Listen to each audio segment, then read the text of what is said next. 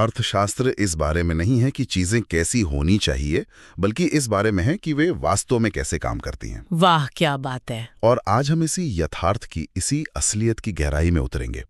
हमारे हाथ में है द हिंदू में छपा एक लेख जो केंद्रीय बजट 2026-27 का एक बहुत ही पहना विश्लेषण करता है। बिल्कुल। तो आज हम मिलकर ये समझने की कोशिश करेंगे कि क्या ये नया बजट हमारी अर्थव्यवस्था की नब्ज को सही से पकड़ पाया है। और ये सवाल इसलिए भी जरूरी हो जाता है क्योंकि हमें ये भी देखना होगा कि पिछले साल के बजट का रिपोर्ट कार्ड कैसा रहा। सही कहा। ये पड़ताल बहुत जरूरी है क्योंकि अक्सर होता ये है कि नए बजट के शोर में हम पिछले बजट के वादों और नतीजों को भूल जाते हैं। बजट सिर्फ आंकड़ों का लेखा जोखा नहीं होता। ये सरकार की सोच, उसकी प्राथमिकताओं और भविष्य के लिए उसके विजन का दस्तावेज होता है।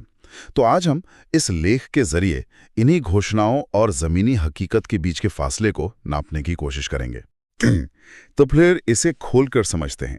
लेख की शुरुआत ही एक बहुत दिलचस्प ऑब्जर्वेशन से होती है कि जैसे ही नया बजट आता है, पुराना बजट हमारी यादों से पूरी तरह गायब हो जाता है। हाँ, ये तो होता है। तो सबसे पहले पिछले बजट यानी 2025-26 की ही बात करते हैं। उस बजट की सबसे बड़ी हेडलाइन थी मध्यम वर्ग के लिए टैक्स कटौती। बिल्कुल, एक अभूतपूर्व टैक्स कटौती। याद है चारों तरफ कितनी चर्चा थी इसकी। हाँ, और उसके पीछे सरकार का एक बड़ा दांव था।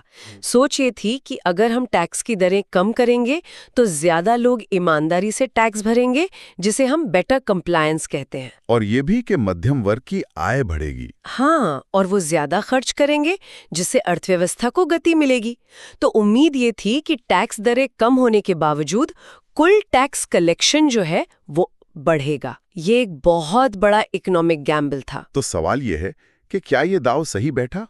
यहीं पर आकर नंबर्स पूरी कहानी बयां कर देते हैं। और हिसाब किताब चौंकाने वाला है। इनकम टैक्स से 14.38 लाख करोड़ रुपए आने का अनुमान था। 14.38 लाख करोड़। हाँ, लेकिन असल में आए सिर्फ 13.12 लाख करोड़। ओह, यानी सीधे सीधे 1.26 लाख करोड़ रुपए की कमी। ये कोई छोटा मोटा हिसाब का फेर नहीं है, ये एक बहुत बड़ी चूक है। रुकिए, कहानी यही खत्म नहीं होती। इसमें जीएसटी कलेक्शन में हुई 1.31 लाख करोड़ की कमी भी। उसे भी जोड़ दीजिए। हाँ, उसे भी जोड़ दीजिए। मतलब इन दो सबसे बड़े टैक्स से ही सरकार की तिजोरी में करीब 2.5 लाख करोड़ रुपए कम आए। ये तो कई छोटे राज्यों के सालाना बजट से भी ज्यादा की रकम है। अगर कॉर्पोरेट टैक्स और एक्साइज ड्यूटी से थोड़ी ज्यादा कमाई न हुई होती तो ये गड्ढा और भी गहरा होता। तो ये साफ दिखाता है कि अर्थव्यवस्था को लेकर जो अनुमान लगाए गए थे वे जमीनी हकीकत से कितने दूर थे। अच्छा, तो जब तिजोरी में इतना बड़ा गड्ढा हो जाता है तो सरकार करती क्या है? इसका असर सबसे पहले कहां और किन पर पड़ता है? बिल्कुल सही सवाल।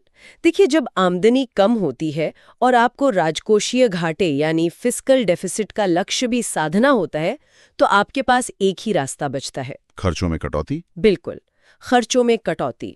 और इस कटौती की मार लगभग हर जरूरी क्षेत्र पे पड़ी। कृषि, शिक्षा, स्वास्थ्य, ग्रामीण विकास। मतलब जिन चीजों से आम आदमी की जिंदगी सीधे तौर पर जुड़ी है। हाँ, उन्हीं पर कैंची चली।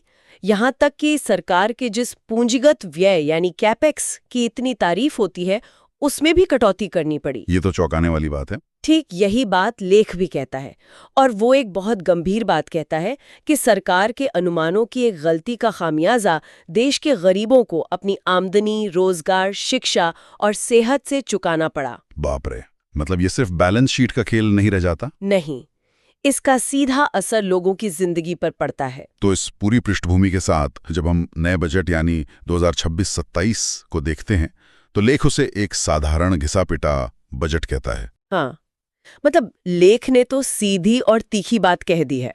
क्यों? ऐसा क्यों कहा गया? और इसके पीछे तर्क ये है कि ये साल कोई साधारण साल नहीं है जहां एक साधारण बजट से काम चल जाए। आप देखिए, दुनिया भर में राजनीतिक और आर्थिक उथल-पुथल मची हुई है। सही बात है। भारत की अपनी बाहरी आर्थिक स्थिति भी एक अजीब सी कशमकश में है। एक तरफ अमेरिका के साथ हमारा व्यापार सरप्लस में है। मतलब हम उन्हें बेच ज्यादा रहे हैं और खरीद कम रहे हैं, जो अच्छी बात है। हाँ, लेकिन दूसरी तरफ चीन के साथ हमारा व्यापार घाटा आसमान छू रहा है। ये एक बहुत ही नाजुक संतुलन है। इसका मतलब ये हुआ कि अगर अमेरिकी राष्ट्रपति अपनी टैरिफ वॉर की धमकी को अमल में लाते हैं और हमारे निर्यात पर असर पड़ता है तो ये संतुलन बुरी तरह बिगड़ सकता है। हम अपने एक्सपोर्ट के लिए अमेरिकी बाजार पर बहुत ज्यादा निर्भर हैं। और यहीं पर बात और भी दिलचस्प हो जाती है। हाँ, सरकार का अपना इकोनॉमिक सर्वे इस खतरे को स्वीकार करता है। वो मानता है कि इसकी 10% संभावना है। 10%? हाँ, अब 10% सुनने में कम लग सकता है, लेकिन अर्थव्यवस्था के लिहाज से ये एक बड़ा जोखिम है। वाह, ये तो मतलब इकोनॉमिक सर्वे खुद मान रहा है कि 10% चांस है कि हमारा एक्सपोर्ट मार्केट हिल सकता है, लेकिन बजट में इसके लिए कोई प्लान बी ही नहीं है। बिल्कुल, ये तो ऐसा हुआ जैसे आप मानकर चल रहे हैं कि बारिश नहीं होगी, इसलिए छाता घर पर ही छोड़ दिया। सही। बिल्कुल यही बात लेख उठा रहा है। बजट को देखकर ऐसा लगता है कि उसे इस धारणा के साथ बनाया गया है कि बाहर से मांग में कोई कमी नहीं आएगी, सब कुछ पहले जैसा चलता रहेगा। और अगर ऐसा नहीं हुआ तो फिर हमारी घरेलू मांग को संभालने और बढ़ाने के लिए कोई दूसरी योजना नजर नहीं आती। ये एक रणनीतिक चूक हो सकती है। तो जब हम इस नए बजट की रणनीति देखते हैं तो ऐसा लगता है जैसे वही पुरानी प्लेबुक फिर से खोल ली गई हो। हाँ, वही बातें। राजकोषीय विवेक, मतलब चादर से ज्यादा पहर मत फैलाओ, कैपेक्स पर जोर, और सप्लाई साइड उपाय, मतलब कंपनियों को मदद दो ताकि वो ज्यादा उत्पादन करें। ये सब तो हम पिछले कई सालों से सुन रहे हैं। और लेख का मूल सवाल यही है, अगर ये रणनीति पिछले साल काम नहीं कर पाई, जैसा कि हमें बेरोजगारी के आंकड़ों से पता चलता है, हाँ, और प्राइवेट सेक्टर के ठंडे पड़े निवेश से पता चलता है, तो फिर हम उसी रास्ते पर दोबारा क्यों चल रहे हैं? जब एक दवा काम नहीं कर रही हो तो डॉक्टर दवा बदलता है, डोज नहीं बढ़ाता। सही। यहाँ पर रणनीति पर पुनर्विचार की जरूरत थी, जो दिख नहीं रही। ये तो अर्थव्यवस्था को समझने के एक बुनियादी तरीके पर ही सवाल खड़ा करता है। क्या हम समस्या की जड़ को ही गलत पकड़ रहे हैं? बिल्कुल, ये अर्थव्यवस्था का एक क्लासिक चिकन एंड एग वाला सवाल है। सप्लाई साइड उपाय ऐसे हैं जैसे आपने बहुत सारी शानदार दुकानें खोल दी, उनमें माल भी भर दिया, लेकिन अगर ग्राहकों की जेब में पैसा ही नहीं है तो वो खरीदारी कैसे करेंगे? एग्जैक्टली। आप फैक्ट्रियों को लोन तो दे सकते हैं, पर वो बनाया हुआ सामान बेचेंगे कहाँ? असल मुद्दा तो ये है कि लोगों के हाथ में पैसा पहुंचाया जाए ताकि बाजार में डिमांड यानी मांग पैदा हो। और यहीं पर लेख एक और बहुत बारीक लेकिन जरूरी बात बताता है, अलग अलग तरह के कैपेक्स यानी पूंजीगत व्यय में फर्क। हाँ, ये बहुत जरूरी पॉइंट है। सच कहूं तो मैं हमेशा सोचता था कि कैपेक्स तो कैपेक्स होता है, इसमें फर्क क्या है? और यहीं पर एक बहुत दिलचस्प बात सामने आती है जिसे हम अक्सर नजरअंदाज कर देते हैं। हम कैपेक्स शब्द सुनते ही बड़े बड़े हाईवे और पुलों के बारे में सोचने लगते हैं। हाँ, बिल्कुल। लेकिन लेख ये बताता है कि हर कैपेक्स बराबर नहीं होता। एक स्कूल या अस्पताल बनाने पर खर्च किया गया पैसा भी कैपेक्स है, और इसका असर अर्थव्यवस्था पर बिल्कुल अलग तरह से पड़ता है। अच्छा। सड़कों और बंदरगाहों पर किया गया खर्च जरूरी है, लेकिन वो बहुत ज्यादा लोगों को सीधे रोजगार नहीं देता। तो मतलब एक हाईवे बनाने और 100 स्कूल बनाने, दोनों को कैपेक्स कहा जाएगा, लेकिन दोनों का सामाजिक और आर्थिक असर बिल्कुल अलग होगा। एकदम सही।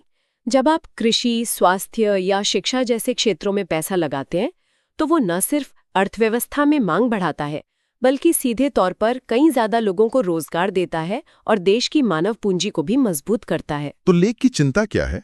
लेख की चिंता यही है कि कहीं बड़े बड़े इंफ्रास्ट्रक्चर प्रोजेक्ट्स पर जोर देने की वजह से इन जरूरी विकास के खर्चों में कटौती तो नहीं हो रही। और इसका सीधा ताल्लुक हमारे उस जनसांख्यिकीय लाभांश यानी डेमोग्राफिक डिविडेंड से है, जिसकी हम इतनी बातें करते हैं। ये सीधा उसी मुद्दे की जड़ पर चोट करता है। हम दुनिया में सबसे युवा देश होने पर गर्व करते हैं। हाँ, बिल्कुल। लेकिन अगर हम अपने युवाओं, खासतौर पर शहरी महिलाओं को अच्छी नौकरियां नहीं दे पा रहे हैं, तो ये लाभांश एक बोझ में बदल सकता है। जब आप शिक्षा और स्वास्थ्य जैसे विकास के क्षेत्रों में खर्च कम करते हैं, तो आप असल में अपने युवाओं को भविष्य की नौकरियों के लिए तैयार करने की अपनी क्षमता को ही कमजोर कर रहे होते हैं। ये एक ऐसा नुकसान है जिसकी भरपाई शायद मुश्किल है। बहुत मुश्किल है। तो अगर ये रणनीति सही नहीं है, तो फिर विकल्प क्या था? क्या इस बजट को अलग तरह से बनाया जा सकता था? लेख या कोई रास्ता सुझाता है? हाँ, लेख 2 बड़े और ठोस सुझाव देता है। पहला, इस अनिश्चितता भरे साल में सरकार को अपने सख्त राजकोषीय रुख, जिसे हॉकिश फिस्कल स्टैंस कहते हैं, में थोड़ी ढील देनी चाहिए थी। लेकिन क्या सरकार ये तर्क नहीं दे सकती कि ऐसे अनिश्चित वैश्विक माहौल में राजकोषीय घाटे को नियंत्रण में रखना ही सबसे बड़ी प्राथमिकता होनी चाहिए? ये एक जायज तर्क है और अक्सर दिया भी जाता है। हाँ। लेकिन लेख का दृष्टिकोण ये है कि जब अर्थव्यवस्था सुस्त हो और लोगों के पास काम न हो, तब सरकार ही वो अकेली इकाई होती है जो खर्च करके मांग पैदा कर सकती है। मतलब सरकार को आगे आना होगा। हाँ, ऐसे समय में घाटे की चिंता करने के बजाय रोजगार पैदा करने वाले विकास के कामों और कल्याणकारी योजनाओं पर ज्यादा खर्च करना चाहिए। ये सीधे लोगों के हाथ में पैसा पहुंचाता है, जिससे बाजार में जान आती है। ठीक है, तो एक तो हो गई आर्थिक मोर्चे पर सीधी मदद की बात, लेकिन लेख एक और ऐसे मौके की बात करता है जो हाथ से निकल गया, और वो मुद्दा तो उस वक्त दिल्ली की सड़कों से लेकर हर घर में चर्चा का विषय था। प्रदूषण। हाँ, ये एक बहुत बड़ी बात है। आपको याद होगा, दिल्ली और कई शहरों में प्रदूषण एक स्वास्थ्य आपातकाल बन गया था। लोग सड़कों पर थे, स्कूलों को बंद करना पड़ा था। हाँ, माहौल बहुत खराब था। राजनीतिक रूप से ये एक बहुत बड़ा मुद्दा था। ये एक ऐसा मौका था जब सरकार प्रदूषण के खिलाफ एक युद्ध का ऐलान कर सकती थी। एक बड़ा बजटीय आवंटन, नई और सख्त नीतियां, और एक साफ संदेश कि सरकार इस मुद्दे को लेकर कितनी गंभीर है। बिल्कुल, लेकिन बजट में इसका जिक्र तक नहीं हुआ। जिक्र तक नहीं, आवंटन तो बहुत दूर की बात है। लेख इसे एक बहुत बड़ा चूका हुआ अवसर मानता है। ये सिर्फ पर्यावरण का मुद्दा नहीं था, ये स्वास्थ्य का मुद्दा था और एक बड़ा आर्थिक अवसर भी था। आर्थिक अवसर कैसे? आप ग्रीन टेक्नोलॉजी, पब्लिक ट्रांसपोर्ट और रिन्यूएबल एनर्जी में निवेश करके लाखों नई नौकरियां पैदा कर सकते थे। ये एक ऐसा मौका था जहां आप लोगों की जान भी बचाते और रोजगार भी पैदा करते, लेकिन ये मौका हाथ से निकल गया। तो इस पूरी चर्चा का सार ये है कि लेख इस बजट को और ज्यादा वही, यानी मोर ऑफ द सेम वाले दृष्टिकोण के तौर पर देख रहा है। बिल्कुल, जबकि ये साल कुछ नया और साहसिक करने की मांग कर रहा था। यह पिछले साल की गलतियों से न सीखने, एक ऐसी सप्लाई साइड रणनीति पर टिके रहने जो जमीन पर काम नहीं कर रही है, और प्रदूषण जैसे राष्ट्रीय संकट से निपटने का एक सुनहरा अवसर गवा देने की कहानी बताता है। बिल्कुल, और अंत में ये विश्लेषण नीति निर्धारण के सबसे बड़े सवाल पर आकर रुकता है।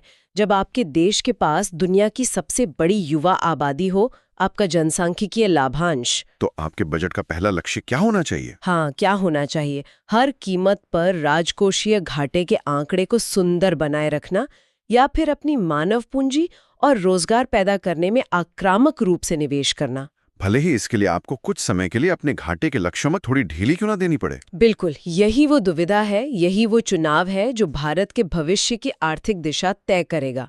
हमें ये तय करना होगा कि हमारी प्राथमिकता क्या है, बैलेंस शीट को दुरुस्त रखना या अपने लोगों के भविष्य में निवेश करना। इस गहन विश्लेषण पर आपकी क्या राय है और आप इस दुविधा के बारे में क्या सोचते हैं, हमें कमेंट्स में जरूर बताइए। ऐसे ही और विषयों पर गहराई से चर्चा के लिए हमें लाइक और सब्सक्राइब करना न भूलें।